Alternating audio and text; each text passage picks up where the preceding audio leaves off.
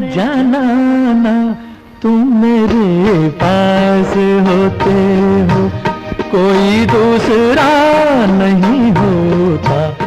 यह एक सुप्रसिद्ध हिंदी गाना है, कथित रूप से हिंदी, जिसका सिनेमाई भाषा, संस्कृति और नायिका के वस्त्र वेशभूषा, उसकी पूरी उपस्थिति से कोई मेल नहीं है। इसमें उर्दू के शब्द ठूसे गए हैं। शाह खुबा का अर्थ 95% हिंदी भाषी नहीं जानते, लेकिन ताली अवश्य पीटते रहे हैं। ऐसे अत्यंत लोकप्रिय गाने हजारों हजार हैं। यह हिंदी सिनेमा का धीमा जहर था, जिसे प्यार से सहलाकर हौले हौले पिलाया गया, और जब 70-80 वर्षों तक वह इसे पीकर पट्ठा बना, तो उसने छूटते ही पूछा कि भला तुम संस्कृत और हिंदी के भदेस देशज शब्दों को क्यों लिखते हो? ये बड़े कठिन होते हैं, माफ कीजिए, मुश्किल होते हैं।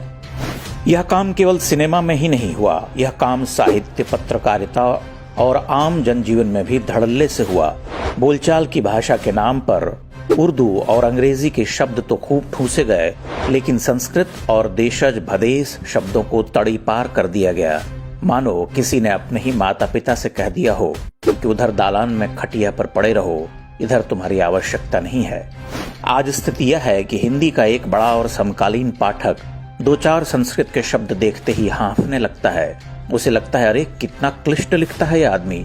न केवल उसे ऐसा लगता है, वह अपनी चिंता, शिकायत उसे सुनाता है कि लेखक महोदय क्लिष्ट लिखते हैं। भारत की सभी भाषा समेत यूरोप की कई भाषाओं की जननी संस्कृत अपने ही घर में उपेक्षित है और प्रश्नों के घेरे में है, लेकिन उर्दू और अंग्रेजी धड़ल्ले से चल रही।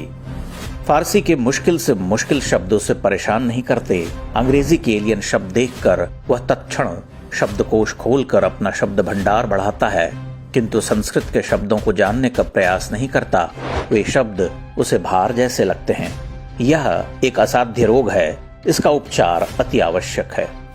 आज जैसे दिल्ली के ही किसी रेस्तरां में साड़ी पहनी स्त्रियों का प्रवेश वर्जित था, उसी तरह हमारे भाषाई सम्मेलनों में संस्कृत और देशज शब्दों पर प्रश्न खड़े हो सकते हैं। सिनेमा, साहित्य और पत्रकारिता जगत में यह होता रहा है।